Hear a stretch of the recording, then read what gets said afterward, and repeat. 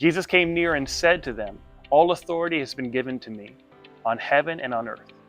Go, therefore, and make disciples of all nations." Go, therefore, and make disciples of all nations, baptizing them in the name of the Father, and of the Son, and of the Holy Spirit, teaching them to observe everything I have commanded you. And remember, I am with you always to the end of the age. So when I was a middle school band director, every school year I would start with the beginning band class with 60 kids in the room that I was supposed to turn into a band. Now, in most cases, these were 60 children who had very little experience with music. I had no idea what instrument they were going to even play. So we had to go from that to being able to play some symphonic music by the time we got to the springtime. It was always a miracle to me to do. And it was never because I was so smart. Even though I went to college for music, I know a lot about music. I couldn't just go off the top of my head to give these kids the next thing they needed to know to be able to become good musicians.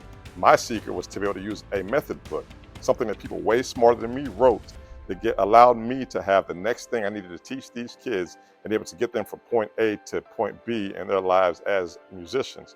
I think sometimes it's important for us to have something similar to that as we go about the task of making disciples in our lives.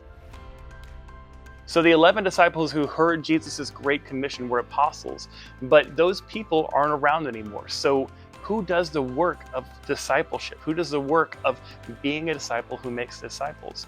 The answer is us. There are no super Christians anymore. There's no one doing the whole work of the church. That is the call of every Christian to do. So when Jesus says, "Go therefore and make disciples of all nations," he's telling that to you and I. But a lot of us feel like we aren't prepared to take those next steps. Maybe you feel like you have some knowledge in some area but have a big gap in another. And you feel like if you were to take that role of being a disciple who makes disciples, you might not have a full understanding.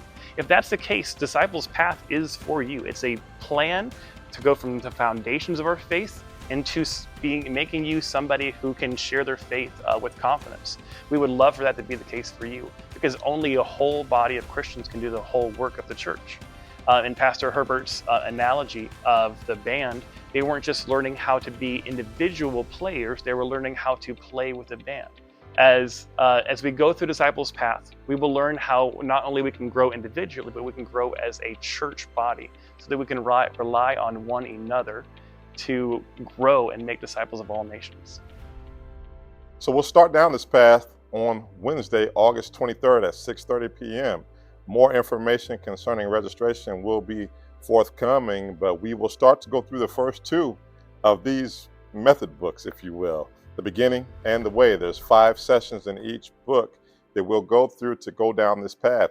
By the time we get through all of the sessions, there's 6 books total. We hope to help all of us become fully formed disciples of Jesus Christ.